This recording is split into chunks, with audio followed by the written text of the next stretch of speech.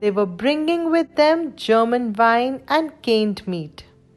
Now there were no rifles between the soldiers. They were hugging one another. The German officer moved towards Macpherson. They shook hands very warmly. Then the German officer said that he was from Dusseldorf and that he played cello in an orchestra. He gave his name as Hans Wolf, and in return, Macpherson also introduced himself. He said that he was a school teacher from Dorset. Macpherson shared with Hans Wolf the Christmas cake his wife had sent for him. Hans Wolf said that the marzipan was the best he had ever tasted. It was a wonderful Christmas party. Then a soldier brought out a football. The soldiers played while Macpherson and Hans Wolf clapped and cheered.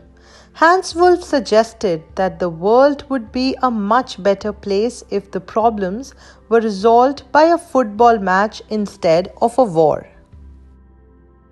After the football match, all the drinks and eatables were consumed.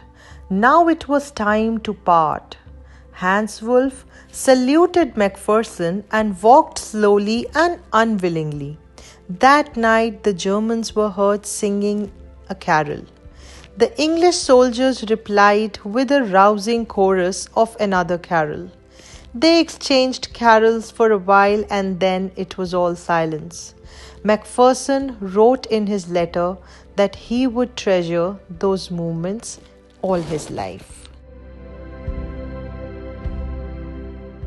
Macpherson ended the letter hoping that the war would soon end. Both armies longed for peace, and he was sure that he and his wife would be together again. Having read the letter, the author put it back in the envelope. He decided to give the letter back to whom it belonged. The address was of Bridport, Dorset, so he drove to that place. The house number 12 turned out to be a burned-out shell. It was found that Mrs. Macpherson was in the house when it caught fire. The firemen had got her out just in time. She was 101 years old. Now she was in the nursing home. The author went to the nursing home. He met the matron. She told the author that Mrs. Macpherson was rather confused that day. They had put her in a conservatory. The author found Mrs. Macpherson sitting in a chair. Naturally, she looked up at the author vacantly, but her eyes lit up when he called her Connie and gave her the letter.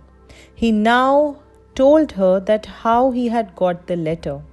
But she was not listening to him. She reached out and took his hand. Her eyes were filled with tears. She felt that Jim had returned. She said that her Jim had kept his promise. He had returned on the eve of Christmas. She made him sit beside her. She kissed his cheek. She talked long and lovingly to him. She said that she had got the best Christmas present in the world. The story